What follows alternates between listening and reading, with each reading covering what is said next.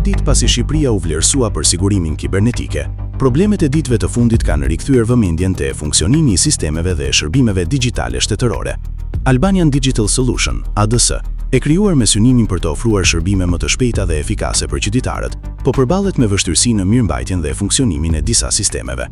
Në ndërtimin e Igli Tafës, kompania ka në përgjegjësi një sër shërbimesh të rëndësishme që lidhen me administratën digjitale. Problemet janë evidentuar në sisteme si fiskalizimi, qendra kombëtare e biznesit dhe disa shërbime elektronike në sektorin e shëndetësisë dhe menaxhimit të dhënave. Situata ka shkaktuar vështirësi për qytetarët dhe bizneset, të cilët në vend të shërbimit të menjëhershëm online, përballen me vonesa që zgjasin nga disa orë deri në ditë.